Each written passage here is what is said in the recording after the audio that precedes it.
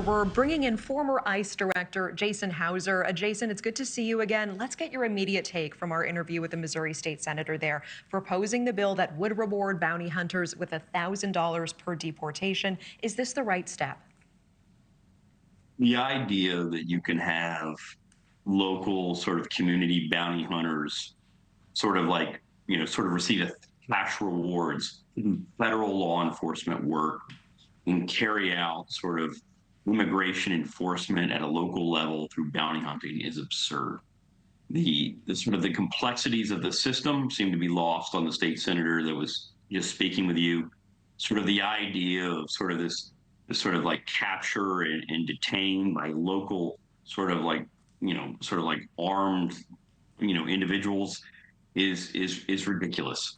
First off, it puts the communities at risk. It will build fear into the system. It'll create these blurred lines between actual law enforcement work by state and locals, by the cities, the federal government, and blend it with sort of untrained individuals going into homes or doing arrests.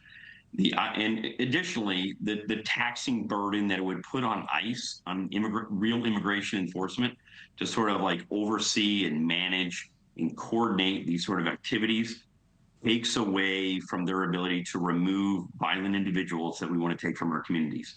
If they actually would think through these sort of proposals operationally, removals and sort of arrests would actually go down because you would be taking away ICE officers from going out into our communities and filing those violent offenders, and you would have them sort of babysitting sort of these bounty hunters. And it's not rational, and it makes no sense to actually what we need. Okay, there are two more topics that I'm hoping to get your take on. The Trump administration has removed Caleb Vitello from the position of acting ICE director. I'm specifically looking for your particular insight here.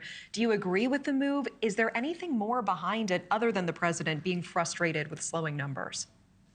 Yeah, Caleb is very respected within the community. He's a good leader. Additionally, the Trump administration has removed dozens of officials across immigration, ICE, CBP, USCIS, and Department of Homeland Security. Literally at this rate, the White House is more focused on firing like law enforcement officials than sort of focusing on violent criminals that are sort of soiling our immigration system. They're taking advantage of it and hurting our communities. They finally need to focus on building an immigration system instead of tearing it down. And they need to stop sort of like putting the weight, sort of political promises from the campaign on the backs of federal law enforcement. And that's what I see in these sort of like, every Friday for the past 2 or 3 weeks, sort of removal of ICE officials to not hitting some sort of arbitrary number.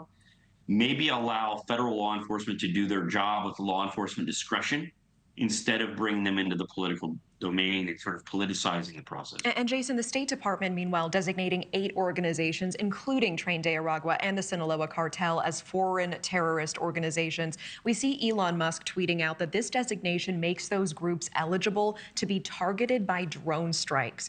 Is that true, or would that be an act of war without the cooperation of the Mexican government? Mr. Musk and his comments sort of the Twitter tirades that he's been going through over the last couple of days, I don't have a lot of comment on that. But what I do know is that these cartels need to be targeted. We need national security, law enforcement, DOD, and the military focused on them and not on non-criminal migrants. What I fear in this is what's being lost is, yes, the designation does give more sort of intelligence community within our government, more DOD focus and resources that can be brought to bear to stop these cartels from bringing violent criminals into our country. But what I fear is that they will now use these resources for non-criminal deportation. Mr. Homan has continued to blend sort of non-criminal arrests of migrants that have been here for decades with sort of the targeting of violent criminals. All Americans agree we should focus on violent criminals. We should stop drug cartels. But the blending of that, going after those that are vulnerable and those that are actually under the law, seeking sort of asylum and pathways to be in this country to thrive and work, is what needs to sort of like folks need to keep an eye on over the next couple of weeks. Former ICE Director Jason Hauser, appreciate your time. Thank you. Thanks for watching. Go to joinnn.com to find News Nation on your screen. And don't forget to click the red subscribe button below to get more of News Nation's fact-driven, unbiased coverage.